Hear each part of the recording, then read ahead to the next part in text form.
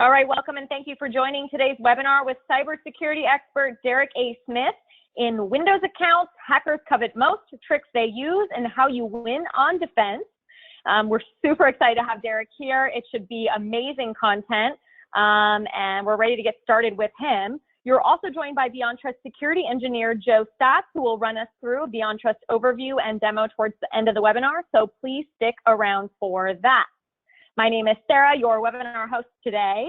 A kind reminder to please submit your questions via the chat box in the GoToMeeting console anytime throughout the webinar, and we'll cover your questions at the end during our Q&A time. Also, today's session is being recorded, and all attendees will receive a link to the recording and the slides shown here today. There's a lot of them within 1 business day from now, so you can refer back to it and share with your colleagues, etc., moving forward. So at this point, I'd like to hand it on over to Derek, who's going to jump right in. He has a lot of stuff to cover. So Derek, please jump on in. The line is all yours. Thank you, Sarah. Thank you, everybody. It's always great to be here doing these. I look forward to them when they come up. Again, my name is Derek Smith. I'm going to introduce myself. Some of you have already probably attended some of my webinars, but if you haven't, this is me. I'm Derek Smith. I am right now a government IT program manager. I'm also a university professor. I teach at the University of Maryland and at a university here in Virginia called Virginia University of Science and Technology. I've been teaching for about 25, 26 years now, business classes as well as cybersecurity, because I'm kind of an overachiever. I have 8 college degrees, so I can teach a variety of different subjects. All right, that and get a cup of coffee with those. I've authored a book called Cybersense: The Leader's Guide to Protecting Critical Infrastructure. I also wrote a chapter for a book called Cybersecurity in Our Digital Lives, and I wrote a small book called Conversational User Behavior Analytics. I write a bunch of white papers that can be found out there on the web, on the internet, and I'm on a couple of boards. I'm on the Prince George's Community College Computer Information and Technology Institute board, and also for the Washington Center for Cybersecurity Research and Development. So I do a lot of this cybersecurity stuff. Before that, I do a lot of training. I do a lot of training for various organizations. But before that, I spent almost 20 years as a special agent or a federal agent for various government agencies too. So when I talk about security, I talk about it from often a security aspect or background, not just a technical background, but also from my law enforcement viewpoint, because I think it puts a different spin on it. I really think people who are in law enforcement and security understand the concept of security, whether it's IT security or physical security or what have you, a little bit better than someone who's just a technical person, let's say, who decides that he likes security. So I'll give you that perspective. So with that being said, today I want to talk about Windows accounts and how you can protect your privileged accounts in Windows. As you all know, well, here's what this is all about. We're going to look at how PAM works in your Windows environment. We're going to look at the different types of privileged accounts, Windows privileged accounts, why privileged access security is important for Windows environments. I'm going to take you through the life cycle of a hack attack. And I'm actually going to talk about how to defend against that life cycle, and also look at the anatomy of a particular type of attack that PAM is vulnerable to, and that's called pass the hash.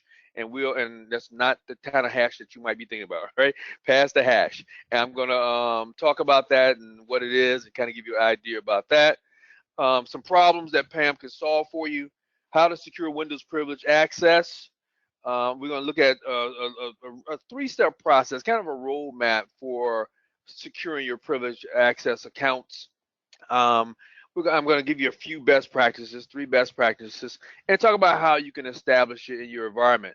And then my partner Joe is also going to talk to you and try to give you a way forward as to how we might be able to help you. He might be able to help you in establishing PAM in your Windows environment. So with no further ado, let's jump right into this. I have a lot of stuff I want to talk about with you. First of all, let's look at what's the challenge. What is the challenge? So we know that Microsoft Windows, if you don't know, you will know, okay? It's undeniable for everybody that Microsoft products are currently used all over the world. Who doesn't have a Microsoft? I was listening to a guy give a presentation yesterday, and he said that him and his wife got rid of their Windows environment and they only use Linux. Well, even with that, you're going to run into Microsoft Windows everywhere you go probably. Microsoft report that 80% of Fortune 500 companies are in the Microsoft cloud, and more than 400 million devices is running Windows 10. And even here's a better number for you: 1.2 billion people use Microsoft Office in 140 different countries and in 107 different languages around the world. So it doesn't matter what your feelings are about Windows versus some other product like Linux or Unix or something like that. When it comes to security, the fact of the matter is that you probably use it sometime during your day, and therefore you need to know how to protect your privilege of Windows accounts. So here's the challenge. Microsoft Windows privilege accounts, including admin accounts, Active Directory service accounts, domain admin accounts, these are prime targets for outside hackers and malicious insiders when they want to seek to escalate their privileges. They want to get into your endpoint, compromise your system, and then escalate privileges so they can do a lot more damage later on. It's important because if we don't discover these Windows privilege accounts, don't know what we have, and we're not protecting them everywhere on our server and on our desktops, there's a possibility they can be compromised. Okay, it says they represent one of the most significant attack surface vulnerabilities of all IT systems, and we again have to protect those. So, Active Directory is what we use in basically in Windows, and I'm going to talk about that in just briefly before I get into this. But Active Directory admin accounts are vulnerable to attacks, and we're going to talk about the vulnerabilities of those as we go on. But Windows Service Administrators, they need to use domain admin accounts to perform their standard administrative tasks on a daily basis when they're utilizing these kinds of accounts. So ideally, and we get into this later, but Active Directory domain admin accounts should only be used when privilege is required. You shouldn't be using this if you're a sysadmin for doing regular stuff.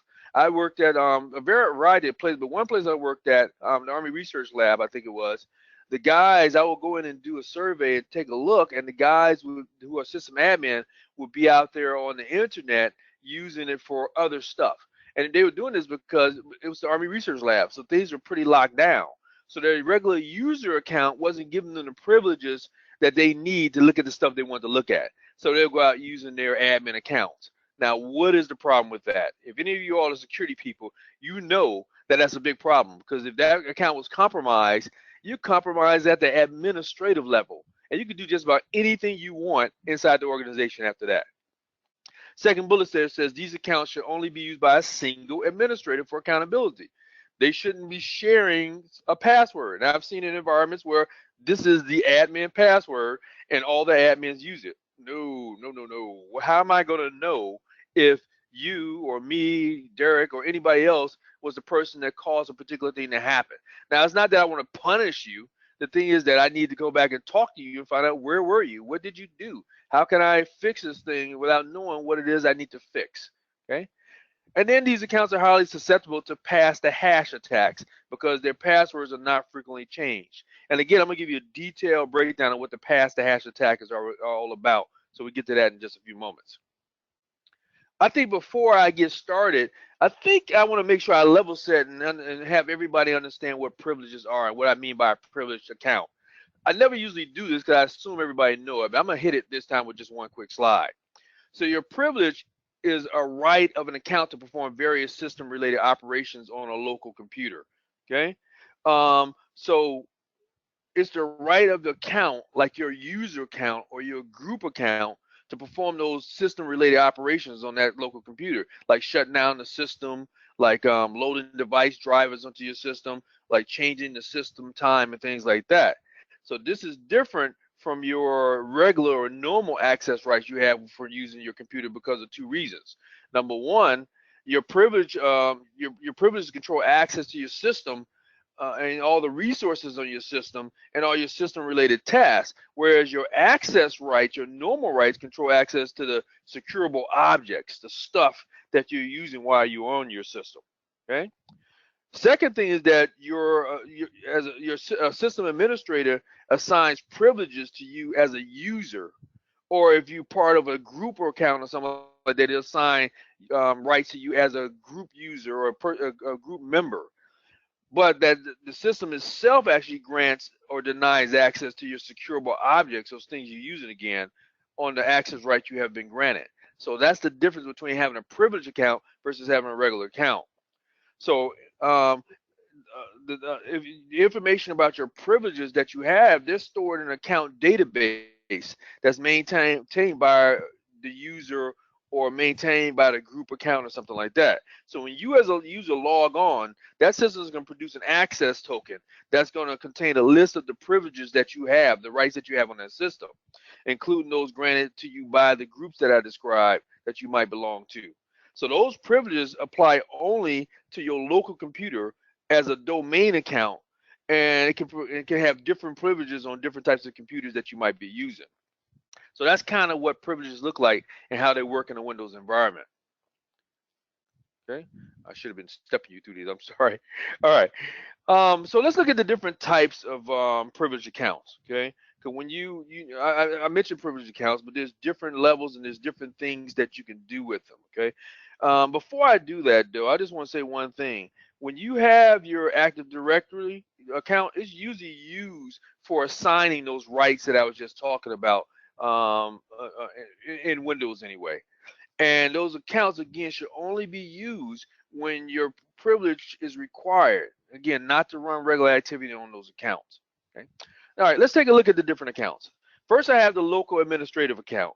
And those are the accounts that are for those are your non-personal accounts. They provide administrative access to only the local host or instance that you happen to be using at that time, okay? Or that's used by the IT staff in order for them to go back and perform their maintenance activities. Next, you have your privileged user account. And these are usually the most common and most common that you run across. They're also named credentials. They've been granted administrative privileges on one or more systems in order to allow you or whoever it may be administrative rights on the system that person is managing. We have our domain administrative accounts, and those have privileged administrative access across all the workstations and servers that's found within a domain. You have your emergency accounts. I did a whole presentation on what's called break glass accounts, which are emergency accounts. And what they do is they provide unprivileged users administrative access in order to secure, in order to get to the system if there's some type of emergency. They need to secure the system for some reason, and we don't have a sysadmin around. They might be able to get in and do it using an emergency account. We have a service account, and that could be your privileged local or domain account used by an application or service to interact with your operating system. And the last one is an application account. And those are accounts used by your applications to access like your databases, run your batch jobs, or run your scripts on your computer, or provide access to other applications that you might be using. So all these type of accounts that I just talked about, they pose significant security risks if we're not protecting them, if we're not managing them, and more importantly, if we're not monitoring in some way to make sure that they're not being misused. Let's talk about why it's important for us to secure these privileged accounts. Okay, why it's important to us. And I'm gonna use this diagram to talk through this. But in most organizations, especially most of your organizations that's listening to me, the security of most or all your business assets is going to depend on the integrity of the privileged accounts that you have. Okay, that administer and manage your IT systems around your organization. So cyber attackers know this, and they're focusing on those privileged access accounts or those privileged accounts to your systems like your Active Directory and those other domains in order to rapidly gain access to all your targeted data. They know what they want. If they don't know what they want, they soon will know what they want once they get in there and start looking around. So traditional security approaches focus on using the ingress and egress points of an organization's network as their primary security perimeter. What I mean by that is that they're looking at what's coming into the network, what kind of stuff, is it malicious code and all that. And hopefully they're looking at what's going out, the egress point, what's going out of the networks, even though many organizations don't look at that. But the effectiveness of your network security has been diminished. And just doing this alone is not going to be enough. What I mean is this: organizations are hosting data and resources outside of your traditional network boundary. They're going mobile devices now. Every one of you probably got a mobile device in your hand now. Your mobile phones, your tablets, your cloud services. And I work at IRS. We have this BYOD, bring your own device policy now. I was just briefed on that yesterday, the new policy. So we have bring your own devices, which is going to put a thorn in your side when you look at just ingress and egress points. The second thing is that adversaries now are demonstrating consistent and ongoing ability to obtain access to your workstations, even inside your network boundary. They do this through phishing attacks and stuff like that, and web and email attacks. So, we have a problem with that. And just looking at what's coming in, what's coming out, what's going out is not enough. Now, when we look at where we place this stuff, the natural placement of the network security perimeter, and if we have a complex organization like the government or some of your large organizations, what we look at is the authentication and the authorization controls that we have in place in our identity layers that we have. So privileged administrative accounts are able to effectively control this new security perimeter that we have, that's been pushed out beyond just our network. Okay, so privileged administrative accounts are looking at this, and it's critical for us to go out and protect that privileged access. If you look at what I have here, attackers can steal your data, they can modify your documents, they can impersonate users, they can disrupt all your business operations, and so we have to guard against that. Okay, any adversary out there that gains control of our administrative account can use that control or can use those privileges in order to pursue their gain at the expense of our organization.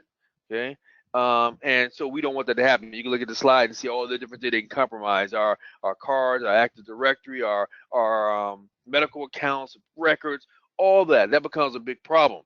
And because that adversary can gain control of those privileged access using a lot of different methods that's out there, mitigating this risk, fixing this thing, it requires us to have a holistic approach. It requires us to have a detailed technical approach. And I'm going to get to that and give you one soon. Some pointers, some ideas that you might be able to use. Okay, what I'm going to do is I'm going to give you a 3-level roadmap that's going to help you to harden the elements of your environment and that enable your privileged access, because that's what's important. Stop them from getting in the first place. Okay, but first, let me examine how an attack ever even occurs in the first place and what happens during an attack. Okay, so what I have here, I'm calling it the life cycle of a hack attack. And usually attack timeline includes 3 main phases. First, the person has to initiate the attack. Okay, I won't even really call this an attack because nothing has happened to you yet, just yet. They haven't broken any laws, let's say. So what happens here is research and preparation. And the attacker is going to get some initial information, an initial foothold through spear phishing, through looking at unpatched edge devices and finding those.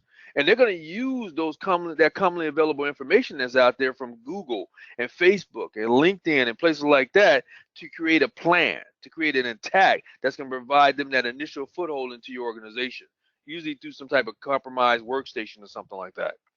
Then they're going to escalate their privileges. So here they're inside your environment, and they're increasing their access using credentials, or not just credentials, but they're using credential theft tools and techniques that can be easily downloaded from the internet. So you don't have to be sophisticated in order to carry out something like this. Okay? And then they execute their mission.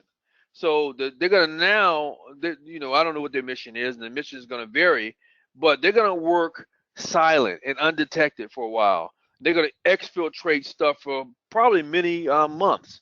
Or they're going to do something that's a new trend now, and they're going to use some ransomware to get you to pay to get access to your own information. So these advanced cybersecurity attackers, these hackers out here now, they can nest inside your network for a long time. They say the average now is over 200 days before they even discovered. If you look at the Sony pictures breach that happened a couple years ago, I think it was, the hackers infiltrated the network for over a year before they were detected. That's a long time for an attacker to be out there stealthily gathering private data and stuff from your internet, from your network, looking at your communications and mapping that network and planning their attack. Now, one thing that effective hacks have in common is that ability for them to remain covert. Right up to the moment where the time is right and they're ready to go out and strike, like they did with Sony. And that's when movies start coming out, and that's when information and emails start coming out. They wait for that moment and then they make it happen. So while the precise methods of those attacks might vary, they're usually going to be implemented using some similar steps. And I'm going to go over those steps real quick. So here's the life cycle, further life cycle of an attack. And I want you to look at the numbers I have below, okay? The things I have numbered below. The first thing they do is reconnaissance. So before launching that attack, and this is taking those three I just gave you a little bit deeper, but before launching that attack, the hackers is going to identify a vulnerable target, and they're going to explore the best way to exploit that target. And that initial target can be anybody in your organization.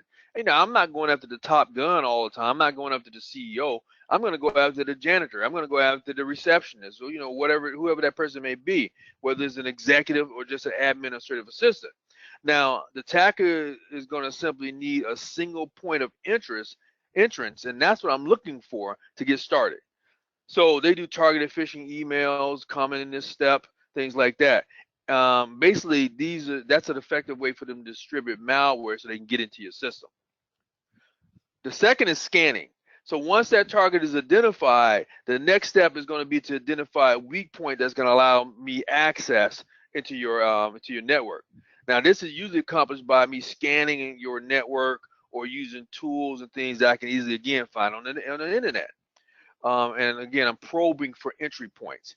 And this step of the process usually goes pretty slow. You don't know I'm there. So I have all the time in the world. I can take my time. I can search around and find the things I'm looking for. It can last for months, as I search for the vulnerabilities I'm looking for in your system. Then I'm going to access and escalate. So now that I found the weaknesses in your target network and I've identified those, I'm going to gain access and I'm going to escalate. And in almost every case, your privileged access is going to be needed because it allows me to move freely within the environment. If I have your password and the system think I am you, then I can move around as much as I want, right? I might not be they might wonder why Derek the janitor is looking at the finance documents or the finance accounts, but you probably won't even know that for a while. Now, there are things like rainbow tables and similar tools out there that can help me steal your credentials, escalate my privilege to administrative, system admin at this point, and then get into any system on the network that I want to. That's accessible anyway via that administrator account once I have it. So once I gain elevated privileges, I've effectively taken over the network. You've been owned. I've owned you. All right. People always say I have the keys of the kingdom. That's what I have. You've been owned. Next, I start exfiltration. So now I have the freedom to move around in your network, and now I can access systems within your most sensitive data in it, and I can extract that on will because you don't even know I'm there. But still in private data is not the only action that I can take at this time. I can also change and erase files so you won't even know I'm there. Remember, I was a federal agent. I'm an investigator. The thing I want to do as a bad guy is erase my steps. I don't want you to know I was even there. If you don't know I was there, there's no crime that you know of that's been committed, and you won't chase me down. That's what I want. Okay. I also want sustainment. So once I have gained that unrestricted access and I can go back and forth where I want to because I've erased my footprints, next I want to sustain. I want to stay in place, and I want to stay in place quietly. So to accomplish this, what I'm going to do is that I'm going to secretly install some malicious program like a rootkit onto your system that's going to allow me to return as much as I want to. And then with those elevated privileges that I've gotten, I'm going to I'm not going to need a single access point anymore. I can come and go as I please, okay? Because now the system sees me as an insider, somebody that should be there. And then I'm going to assault you. That's the next step, okay? So this step is not done by everybody. It's not done in every cyber attack, but I'm telling you it's something that can be done. This is when things usually get really nasty if I want them to get nasty. This is where I might alter the functionality of your hardware system or disable your hardware entirely where it won't work at all. If you think about Stuxnet, so I can say it correctly, when it happened in Iran, remember, if you don't know about it, that was an attack to Iran's critical infrastructure. This is where they did some malicious stuff. They wanted to break some things down. So during the assault phase, the attack ceases to be stealthy at this time. You know I'm there. You know I'm hitting you. You know I'm assaulting you. But I've already effectively taken control of your environment. So it's usually too late for you to do anything about it. You've already been breached. It's going to be hard for you to defend yourself because now you're being reactive while I've been proactive for months to years. Next is obfuscation. Okay, so usually I want to hide my track, as I told you before, but this is not always the case. Especially if I want to leave a calling card, I want you to know I've been there. I'm I can't think of the name of that organization that used to hit everybody not too long ago. It might still be out there, but I want you to know it was me. Okay, so I want to leave something behind that boasts about my exploits, my abilities to get into your system. So the purpose of obfuscation is to confuse you, to disorient you, to divert you when you start to doing your forensic examination process. Do I want you to find me? Of course not. I want you to find somebody else, hopefully. Somebody that's part of my zombie trial, my zombie account, or. So basically, what happens is that obfuscation covers a variety of different techniques and tools, like cleaning out the logs with log cleaners, like spoofing, like misinformation, like again zombie accounts and using those, and a lot of other stuff, Trojan commands and things like that. So these are the seven. This is the life cycle of a hack attack. How do I defend myself against this? It starts at the beginning, folks. Here it is. The key. Usually, first of all, again, I told you that almost every network out there. If I didn't tell, I'm telling you now. Almost every network out there is vulnerable to a cyber attack. There's a study out by Mandiant that says 97% of all organizations have already been breached at least once. You might be one of them, even though you don't know it yet. Okay. And perimeter security tools that we put in place, like those firewalls, all that kind of stuff like that, they don't do anything. They offer little protection against advanced targeted attacks. I don't want to scare you, but that's the truth. If I want to get in, I can get in. So the key to blocking cyber attacks is controlling privileged access.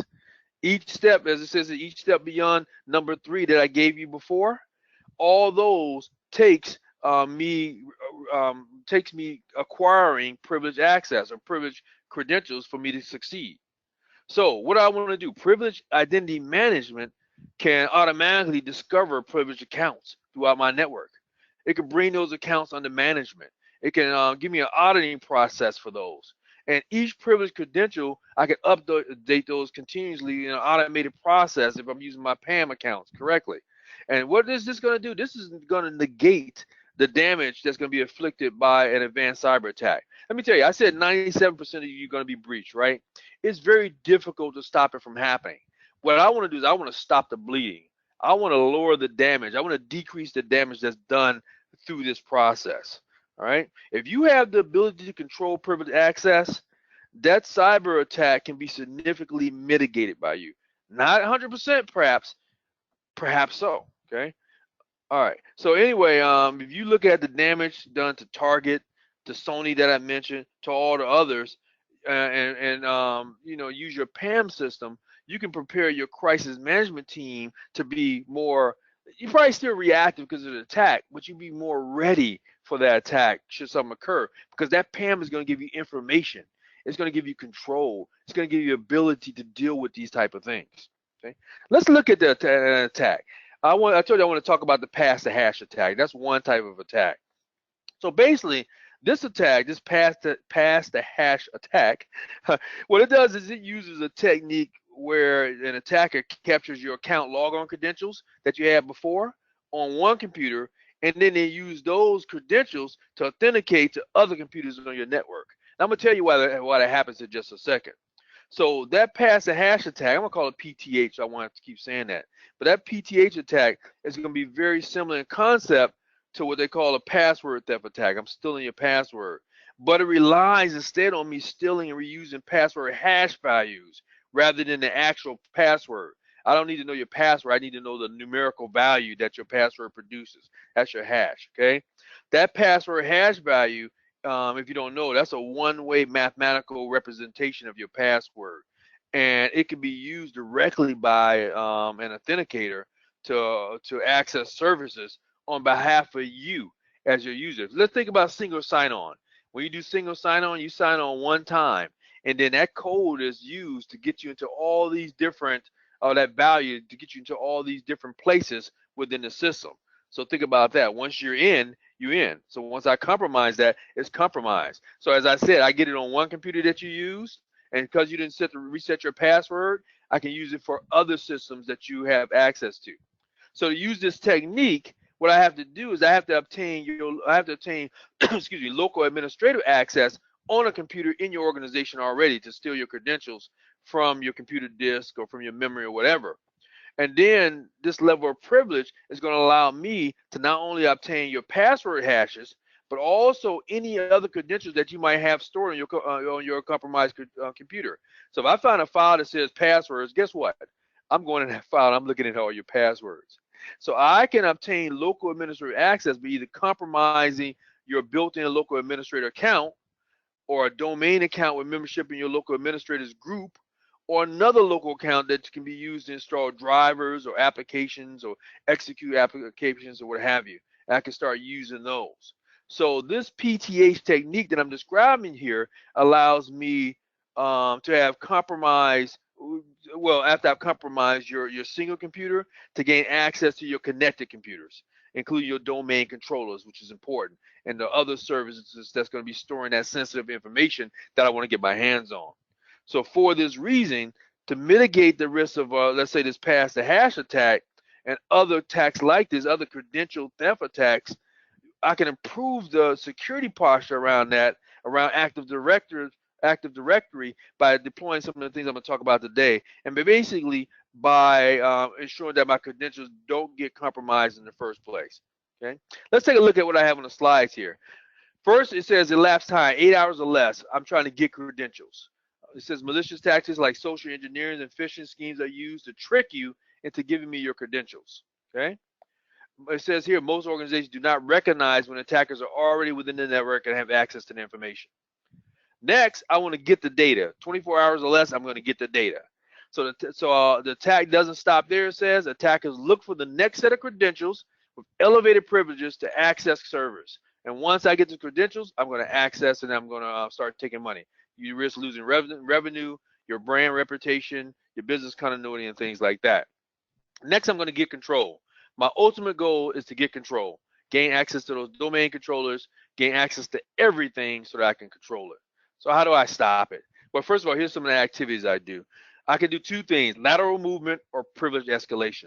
So with lateral movement, what I do is once I get your credentials, I move from one computer to gain access to another computer of the same value to the organization. If you look at privilege escalation, I use the credentials, of course, to escalate my privilege from one computer to another of a higher value in your organization. So this is my goal. How do I stop it? How do I defend against, like, say, this kind of attack? First, I can restrict and protect my access to high privilege accounts. Restrict and protect the access. Number two, I can restrict and protect local accounts with administrative privileges. And number three, I can restrict inbound traffic using the Windows firewall. So I can use the firewall, but you notice the first two mitigations is to control access. Okay, once again. All right. So what problems can an actual PAM solution do for you? How can it help you in your Windows environment? So a real concern of mine and a real concern for you should be it's people gaining access to your resources within your Active Directory environment. Okay, particularly is the news about the vulnerabilities. Troubling is the news about the vulnerabilities, unauthorized privilege escalations, and all the different types of unauthorized access, including that pass to hash that I just talked about. Today is too easy, way too easy for attackers to obtain your domain admin account credentials, and it's too hard for you to discover these attacks after the fact. Okay, the goal of a PAM solution is for me to reduce the opportunities for malicious users to get access in the first place, while increasing the amount of control I have and the amount of awareness I have in my environment. So that's what I'm trying to do. Okay, so PAM makes it harder for attackers to penetrate your network in the first place and for them to obtain those privileged account access. And what it does is it adds a layer of protection to your privileged groups that control access across a whole lot of ranges of domain joint computers that might be on your system and applications that might be on those computers. And what it does also is that it adds more monitoring for your program, more visibility to what's happening on your network, more fine-grained controls for me to see who my privileged administrators are and what they're doing when they're using those credentials. Okay, because administrators, they're not security experts most of the time, and they cause some of the problems. But like I said earlier, taking their credentials and going on the outside and using those while they're surfing the internet and then getting compromised. Pam gives me more insight into how administrative accounts are used in my environment, and that's what I'm trying to do. That's what I'm looking at. So it says privilege access management on my slide can be accomplished with two goals. Okay, basically it's a solution that helps me restrict that privileged access within my Active Directory environment, and that's what I want. Okay, it's going to help me reestablish control over my compromised Active Directory system if it's compromised by maintaining, it says, a separate bastion environment that we know has been unaffected by that malicious attack. It helps me isolate the use of privileged accounts to reduce the risk of those credentials being stolen in the first place. If I don't have a bunch of people out there using accounts, then a bunch of accounts won't be compromised. Okay. There's two ways for me to do this. I'm sorry, I'm just catching up here. Sorry. I should have. I talk so much instead of moving. Okay, but there's two ways to do this to secure your Windows privileged accounts. Number one, I can do it manually. So this is better than doing nothing, but it's close to doing nothing. Okay, manually protecting, manually managing, monitoring your privileged account. It's a tedious process, especially if you're a large organization. You're gonna have thousands of these accounts, at least hundreds of them. So it's gonna be tedious. It's gonna be time consuming. It's gonna be resource draining. And guess what? As I've seen in the field, you're probably not going to do it. You're not going to do it on a regular basis. You're not going to do it as often as you should.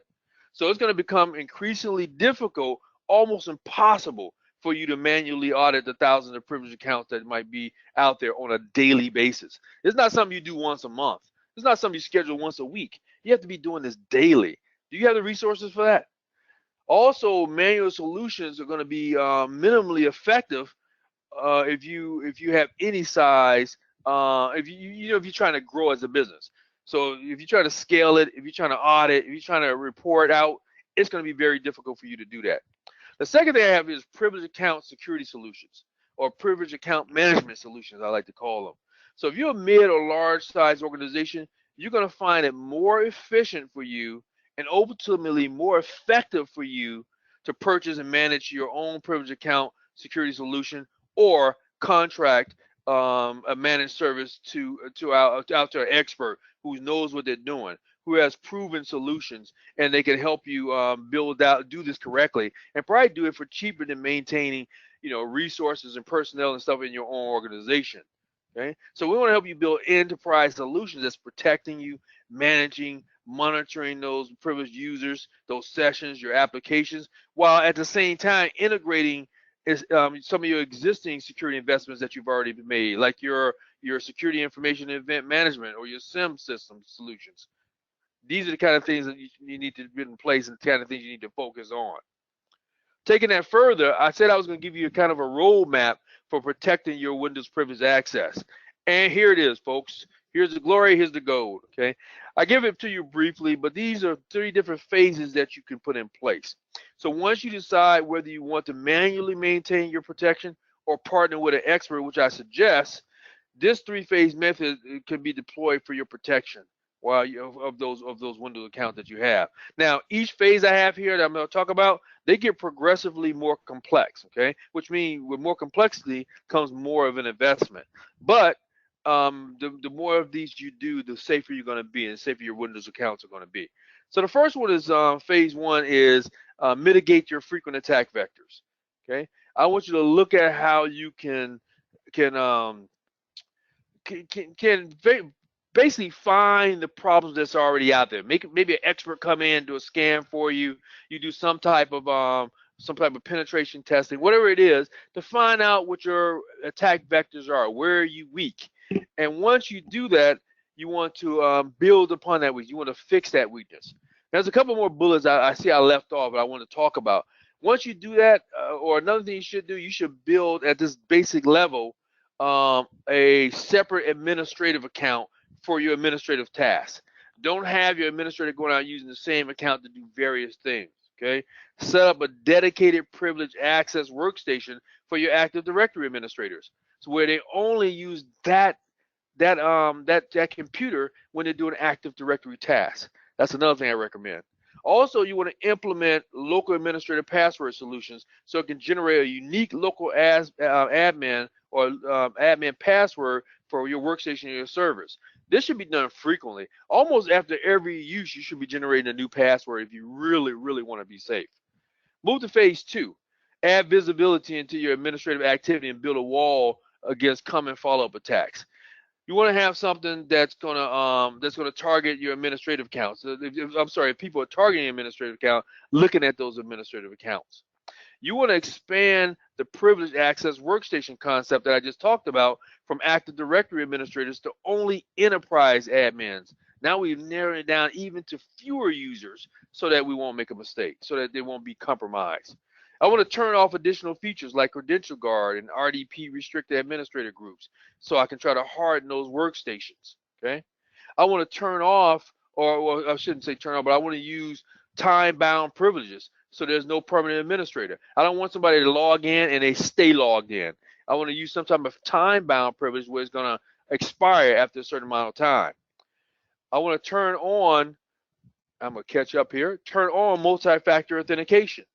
Okay, to elevate those ordinary accounts to privilege levels, and I want to enable what's called just enough administration to manage those domain controllers. That means least privilege, folks. That means giving them just what they need to be able to do what they need to do. I want to lower the attack surface on domain controllers. I want to develop methods to detect real-time attacks. And then moving on to 3, I want to move into role-based administration and implement models to delegate privileges. I want to create separate what they call forests for Active Directory administrators to provide a second security boundary that you have to get through to protect accounts at the highest privileges. Okay, and you can use smart card technology. You can use Microsoft password authentication technology in order to build more security into your systems as well. Okay. All right. So what do I do then? I gave you 3 phases, right? And I gave it to you kind of quick, and you can go back and listen to this again and take a look at it. But I really want you to focus on phase 2, where that attacker has an initial foothold in your environment. I want you to go look at that again and do work around there. Look at some of the suggestions I gave you there. I want to block phase 1, the research and preparation phase, and make sure that people are not able to get into your system in the first place, fixing those attack vectors that's already there. And then in phase 3, I want you to go out, and it says attack ongoing with attacker and control the keys to the kingdom. Now they're in your system, and I need you to go do things that's going to fix that area, that's going to allow you to get them out of your system if they're there, discover them, and put some real strong things in place like smart card technology and your password authentication technology. Those are the things that's going to help you build a stronger system. There's a few other things I want to talk about as well, real quick for you. Some best practices, and I have them broken down into 3 levels for best practices too. I have basic, I have medium, and I have high. Okay, so for these best practices, let's take a look at those. First, I want you to inventory and reduce your privileged accounts in your organization. Knowing how many accounts are there in the first place in your environment and where they are critical, that's the first step in making informed decisions about how you're going to protect your accounts. Okay. Once I've inventoried, I know what I have and where my privileged accounts are. I review that, and any unnecessary accounts I have, I get rid of them. I delete them. There's no reason for them to be there.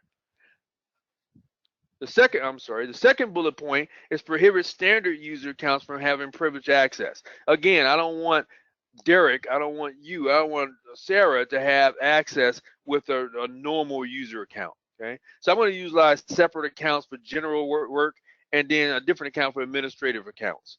Okay, and another thing too, I mentioned it earlier, but you're going to enforce least privilege while you're using those accounts. I'm going to create a process for ongoing off and onboarding of employees that have privileged account access. When the employee that I have, they should understand the responsibility, first of all, that comes with privileged access, and they should be trained in the policies that I have for them to use that access. But once they leave, I need to make sure that they're offboarded properly also. And I need to make sure that I disable all those accounts that they have access to. And I go over the confidentiality policies and all that kind of stuff with them. I want to eliminate non-expiring passwords. I talked about that before. It should have some type of time ability so that people won't use password cracking tools to break into your accounts, or they won't be shared with other people because now the time has run out and they're no longer any good. I want to store them securely, and I want to tie all these actions together using some type of shared administrative account to a specific individual so I can have that follow-up. I know who's been doing certain things. All right, just a couple more. In the medium, I want to automatically change my privilege accounts every 30 to 60 days at least. I want to utilize one-time passwords. The only passwords that have never been compromised are one-time passwords. And why is that? Because you use one time, you throw them away. I want that same concept built into my system. I want to implement session recording so I can know what's happening in the system. I want to eliminate the option of interactive human login. I want the system to log people in for me if it's a service account. I want to implement a process to change hard-coded or embedded passwords. I want you to have to put in a password, not be able to hard-code a password in there so that somebody can compromise it and they can get into it. Without proper process in place for this, changing those hard-coded passwords can easily break something in your infrastructure. So you don't want to have that. You want an automated process. And of course, I want to have some type of focused auditing. And then the last layer, I want to use automated tools. Get away from that manual process. Use automated tools to do various things like disable your inactive privileged accounts. Again, I talked about this earlier, but use multi-factor authentication. Use password verification and reconcile those passwords. Change and verify those hard-coded passwords. Implement gateways, implement request workflows, implement session recording as I talked about before. And then you can go out and start being proactive, and you can proactively detect malicious behavior that's out there. All right, so how can PAM be established in your Windows environment? This is our question. This is what we're leading up to, okay? So basically, what I have here is that, 94% of your critical vulnerabilities that's reported by Microsoft, as a matter of fact, in 2016, can be mitigated by removing administrator rights from users, taking them away in the first place, okay? Whether hijacked by external attackers using phishing or ransomware that I talked about earlier, or simply misused by your insiders, local and domain admins rights can facilitate some devastating data breaches in your organization, things that you don't want to be responsible for, things that you want to avoid. So these privileges are prized by attackers. It's what they want because they can't afford the freedom of movement and access beneath the radar of detection. They can't hide all the time. They want to hide in plain sight. So they want to get those privileged accounts. So it says here that, on my slide, that whether you need simplified privilege enforcement, patent application control, file integrity, whatever, there's tools out there that can deliver the most comprehensive Windows privilege management capabilities that's available to you. And now what I want to do is I want to bring my partner Joe on, and he's going to tell you about a great tool that they have at Beyond Trust that can help you automate these processes that I just talked about. So with that being said, I want you to take it away, Joe. All right. Hey, thanks, Derek. And thanks, everybody, for joining. Again, I'm going to jump real quickly through and kind of show you how we can gain control over those permissions. So in a minute here, you should be able to see my screen. All right. Okay. So with PowerBroker for Windows, that's the solution we're going to be talking about today, along with another solution that we offer. It's called PowerBroker Password Safe. So real quick, we want to address those concerns that Derek had mentioned there. gaining control over those privileged accounts. And so the first and foremost, we want to start with the desktops. So PowerBroker for Windows is the ability to allow end users some capabilities while still logging on as a standard user. So again, you can see here, I am logged on as a standard user. Again, that will continue. I will continue to be the standard user. It's the only account that I know the password to.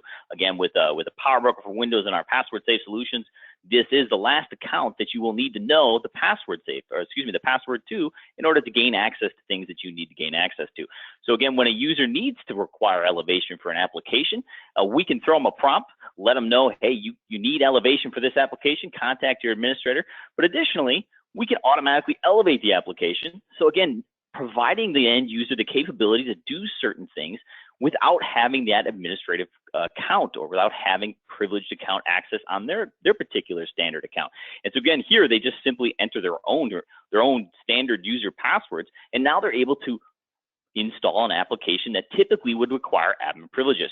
So again, that's the core behind PowerBroker for Windows, is giving that end user some abilities without giving them the administrative control or without giving them the administrative password. We can do things, we can restrict, we can stop users from accessing things. So typically a standard user should be able to access PowerShell, not in an elevated state, but I want to restrict it. So again, I can do that with PowerBroker for Windows. PowerBroker for Windows offers our management console to keep track of everything that's happening. So every time a user clicks on an application that requires elevation, every time a user clicks on an application that we're denying, we're going to keep track of that with my management console. Now, additionally, when we talk about solutions that offer some sort of way to elevate, there's going to be those rules, those ability to do those things that you haven't considered yet.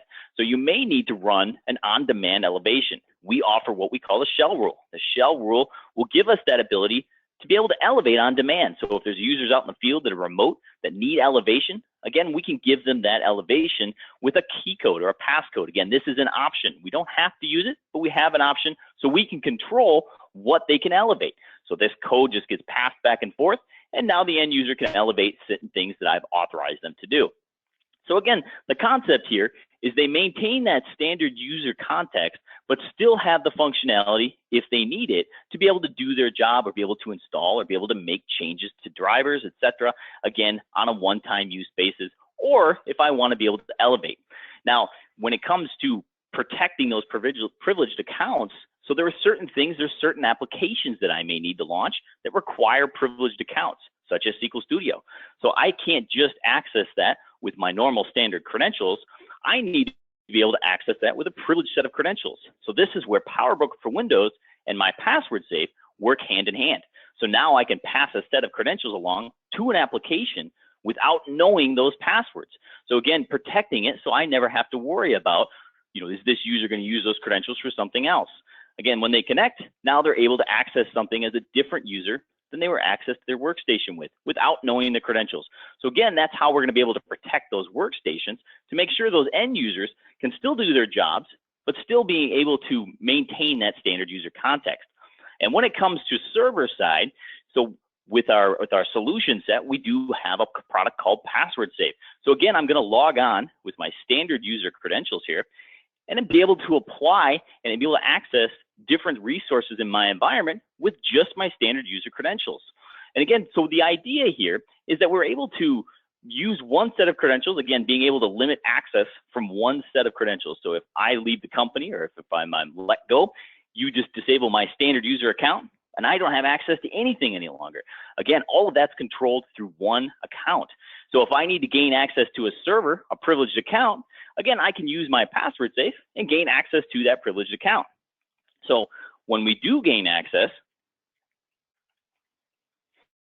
once I do gain access to my server, then we can use PowerBroker for Windows to control what happens on that server.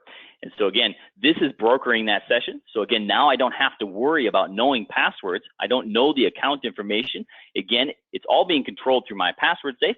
The password, again, is going to be rotated once I'm done with my session. Now that I've gained access to a server using that least restrictive model, now I can do things where I can block applications that are vulnerable, making sure those don't run on my server. Additionally, I can make sure that things automatically elevate. Because this is a server, I want to make sure users can do their job. So rather than logging on with a large credential set, a privileged credential set. I'm logging on with the least restrictive and then elevating as I go. So again, the idea here is providing users all the access they need, making sure they can gain access to the server, making sure that they can do the things they need to do on those servers without having the burden of knowing passwords, without having to enter credentials, changing passwords. Again, all of that is automated for me. And again, I don't even need to know the passwords. I can gain access to any of my resources and control what happens once I do gain access. So that's everything I wanted to show you today. I'll turn it back over to you, Sarah. Thank you very much for your time, everybody. Thank you, Joe. I'm sold. So, guys, let's go ahead and jump into our last poll. Here at Beyond Trust, we would love to help you with your PAM or your vulnerability management needs. Would you be interested in chatting with us or walking through a more thorough one-on-one demo of PowerBroker for Windows or Password Safe or any of the solutions that we have? I'm going to leave this up. If you select yes, somebody will be in contact with you shortly to schedule that demo or that conversation. But let's go ahead and jump into some questions. I'm going to leave this quick poll up. Derek, okay, so we had a question come in. Doesn't Windows Server 2016 Active Directory have a privileged identity management feature already built in? Yes, I'm sorry, I was coming off mute. Yes, it does, as a matter of fact, and I'm going to ask Joe to help me with this in just a second. But Active Directory has something called the Privileged Identity Management, or PIM, and that feature is already built in. So, you know, what we have is that we have organizations out there struggling to try to protect their privileged accounts and their groups. And then a lot of people end up being built into those privileged groups, and they end up having high privileges. So this PIM, this Privileged Identity Management that's on there, is a new feature that they built into Windows Server 2016 that tried to introduce some controls so that we won't have all these folks in there. So it builds in these controls, and yes, it's there. They do have some security principles that they put in there, because once the user authenticates into the system, that PIM domain is going to give them tokens and user IDs that's going to match those sensitive accounts in the account domain, and it's going to allow them to perform privileged actions in the account domain. So they are there. Joe, let me ask you though, why wouldn't you want to just rely on this PIM that's built in alone?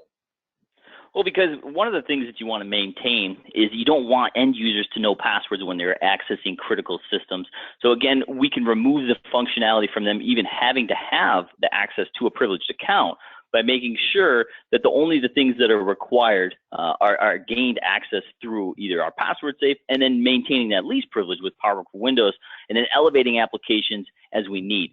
So again, taking it a step further, maybe even using those two tools in combination to really gain control over what users and what accounts they have access to, and then make sure those passwords are maintained automatically. There you have it. Thank you. And there we have it. And I'm sorry we couldn't get to more questions, you guys, but it is the top of the hour. So I'd like to go ahead and wrap this up.